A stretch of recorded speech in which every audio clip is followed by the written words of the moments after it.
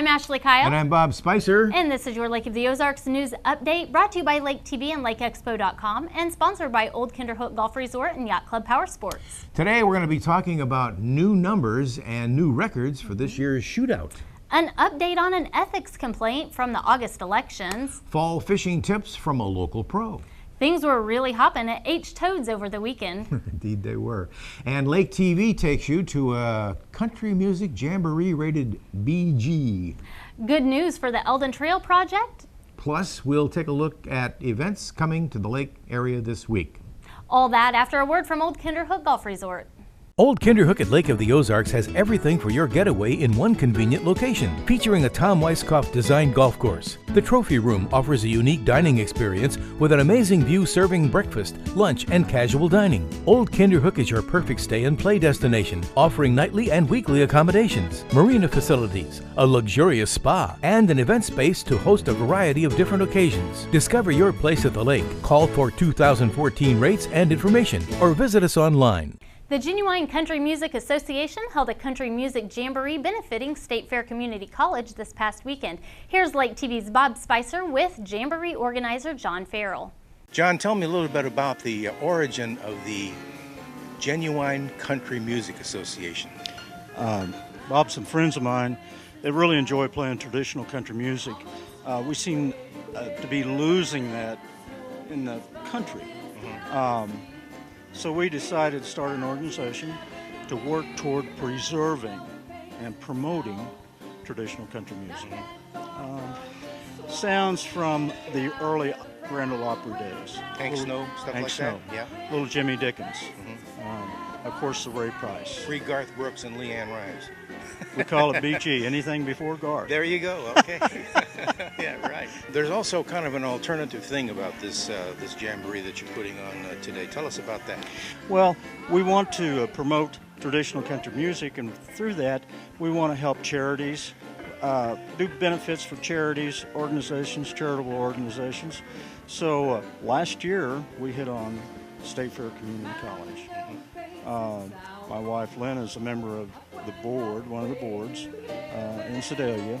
They have a campus, State Fair Community College campus, located in Osage Beach.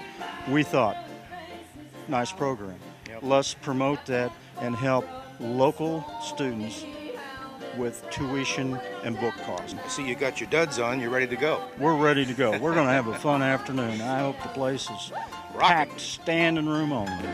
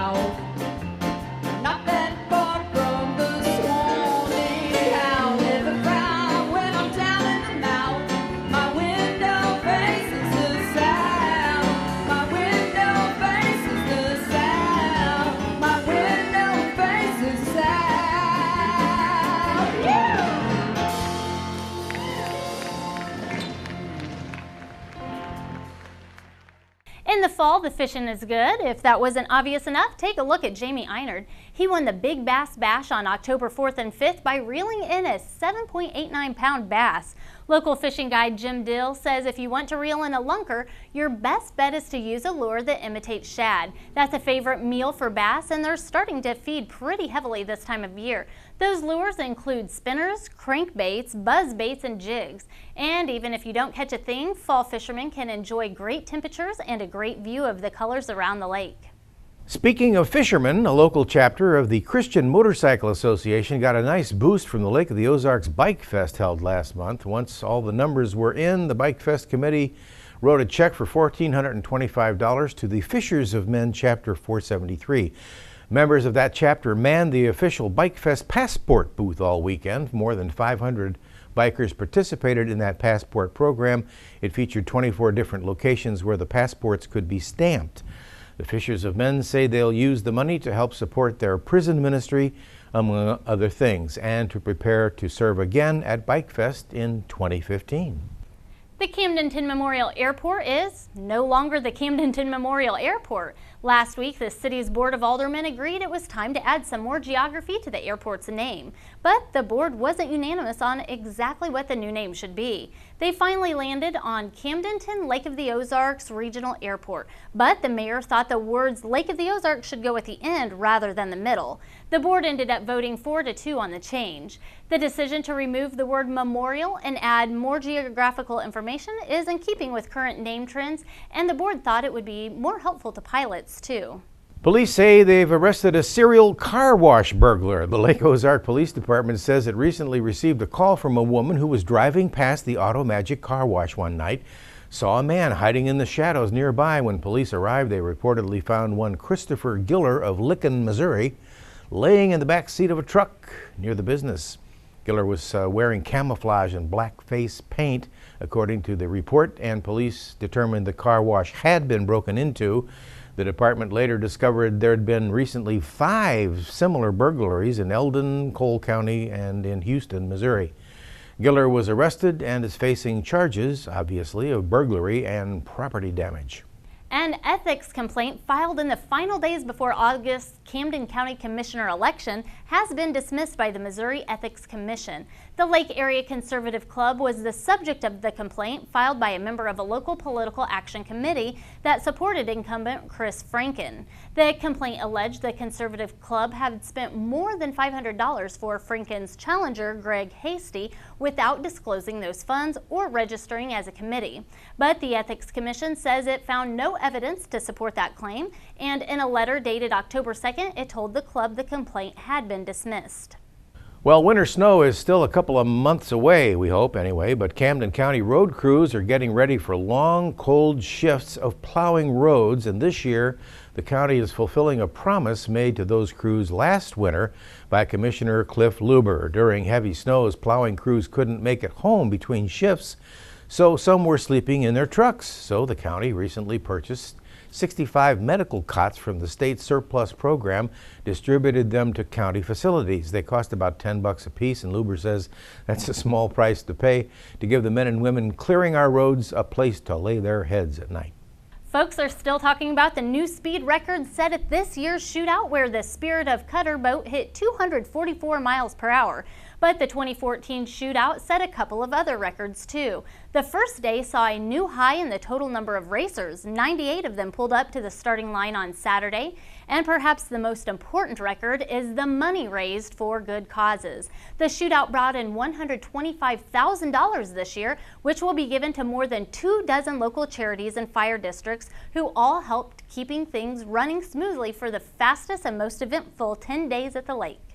The Eldon Trail Project is back on track after a major decision from Ameren earlier this month. The utilities company owns the Missouri Central Railroad Company, which owns a 145-mile stretch of the unused Rock Island rail line.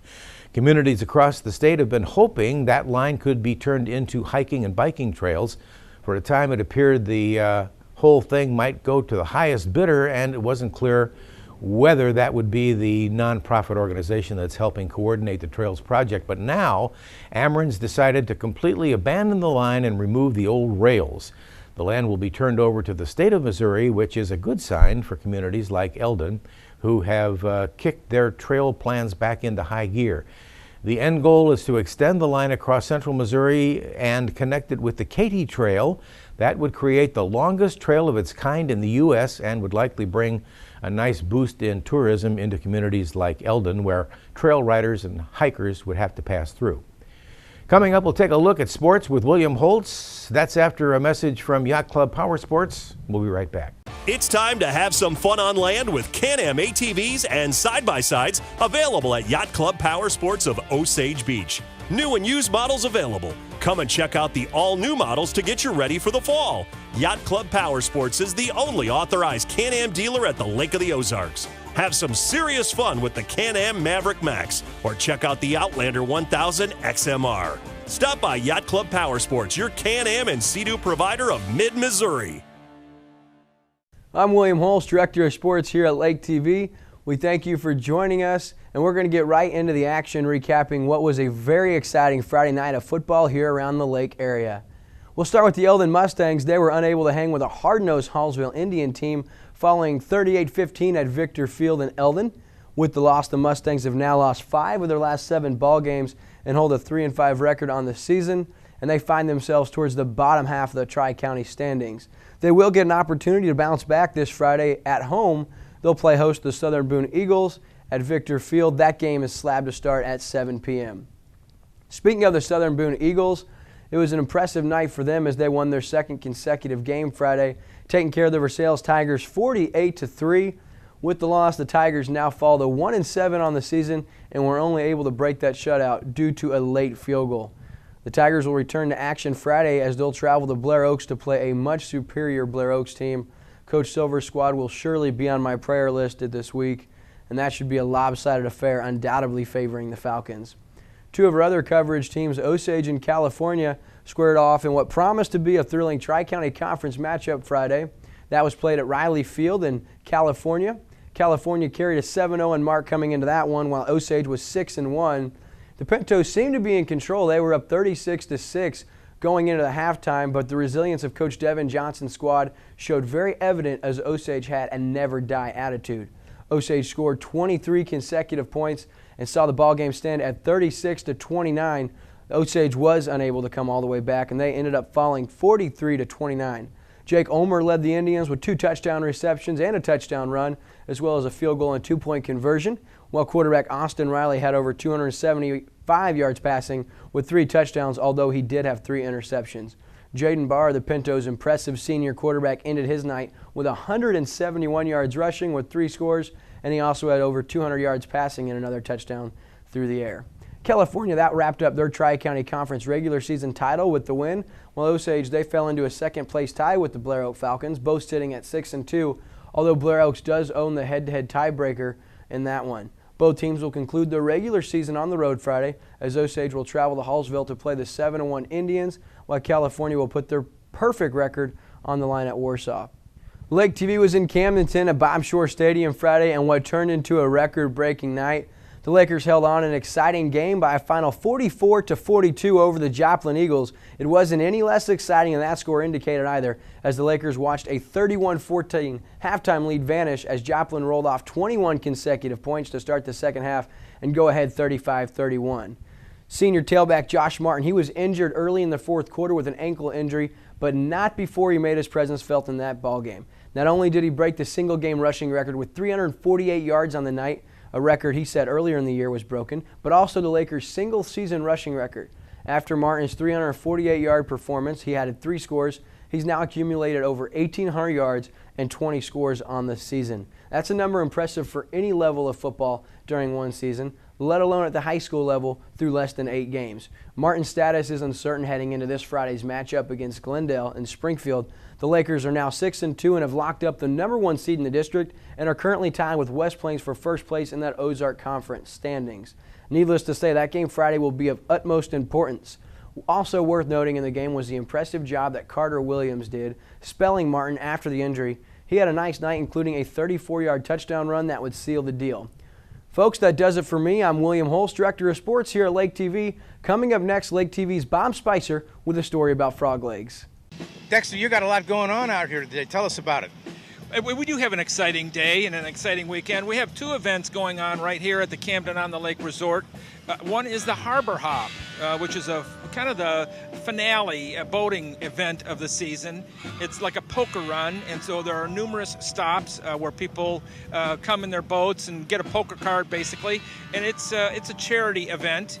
And we have our Frog Leg Festival, which is another charitable event for us. I was sort of thinking maybe you should change the name of the place to H frogs today. Tell us about the event. That's kind of how the name of the event came about. We started it 4 years ago. Actually, one of the members of our sales staff, we were doing some brainstorming and trying to come up with a fall event for the resort. Originally, it started as a blues festival and then evolved into the Frog Lake Festival, taking from the H Toad's restaurant. But it's also, again, a charitable event. Tell us about the charities. Well, we have the Tri-County YMCA as one of our local charitable organizations that we work with throughout the year, actually.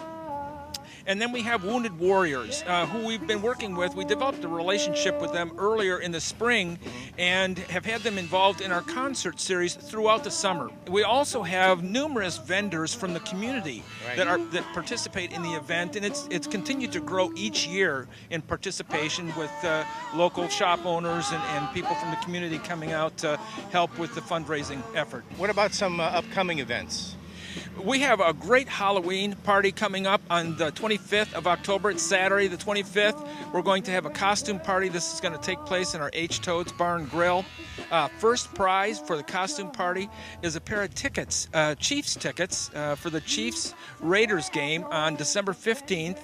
They're 50-yard line club seats, so it provides access to the club 2 hours prior to the game and hotel accommodations for the night before the game. The annual brunch to support Citizens Against Domestic Violence is at the Lodge of Four Seasons this Wednesday from 11 to 1. The theme this year is Favorite Vacation Destination, and groups are encouraged to decorate their tables accordingly. Tickets are $20.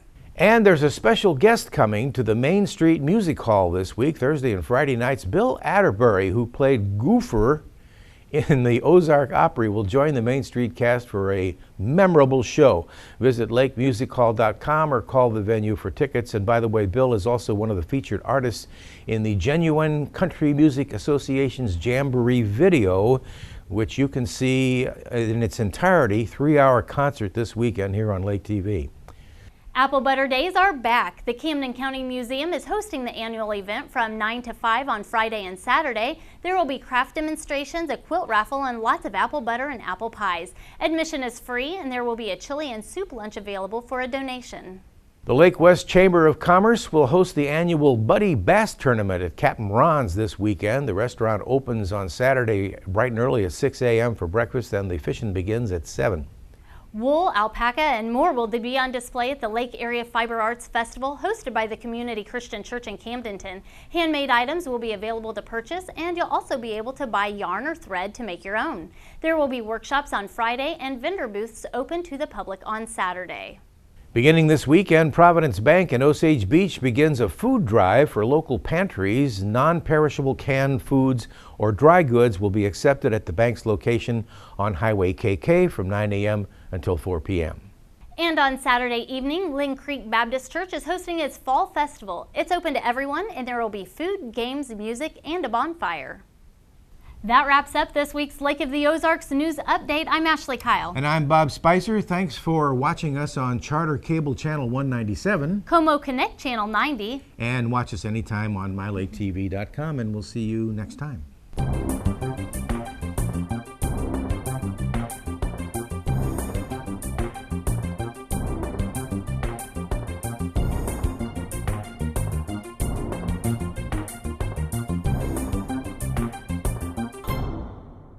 Welcome to Lake of the Ozarks. You're watching Lake TV, your visitor information station, on Charter Cable Channel 197 and Como Connect Channel 90, or from anywhere at mylaketv.com. Stay tuned to Lake TV to get all the latest on activities and attractions, events, entertainment, boating, outdoors, shopping, lake history, and dining at Lake of the Ozarks.